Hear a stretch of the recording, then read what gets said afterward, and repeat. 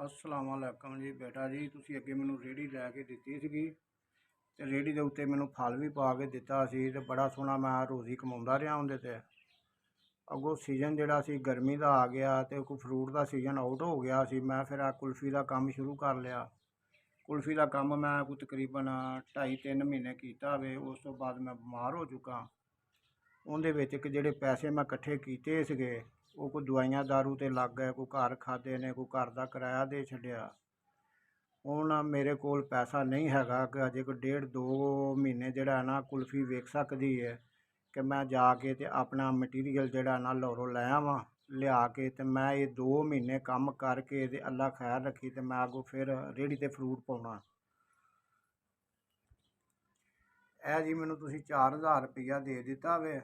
मैं हुण लाहौर जा रहा वां ते अपना समान जिहड़ा मटीरियल है ना कुल्फी दा मैं लैके ते मैं 2 घंटियां च वापस आण के ते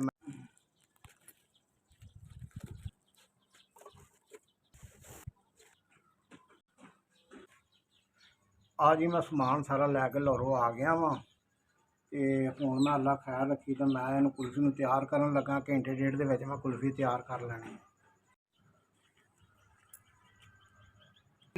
मैं ना 1:30 का टाइम हो गया, आ माल मैं आण के ते तैयार कर लिया ते हुण मैं जा रहा वां रोज़ी कमाउण वास्ते अपनी। ते मैं बड़ा दुआवां देना वा जिन्हां ने मेरे नाल इन्ना क साथ कीता।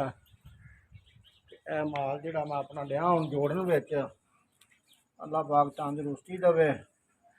असीं दुआवां देंदे पे हां जी।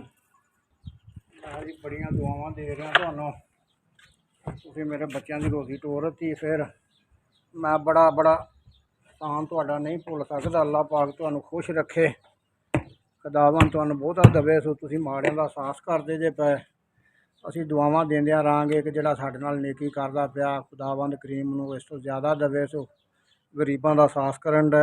ये जी मैं हुण चलां जी बच्चों की अपनी रोज़ी कमाउण वास्ते। मेरी बड़ी मदद की SVS वालियां ने। मैं हुण चलां अपने बच्चों की रोज़ी कमाउण वास्ते।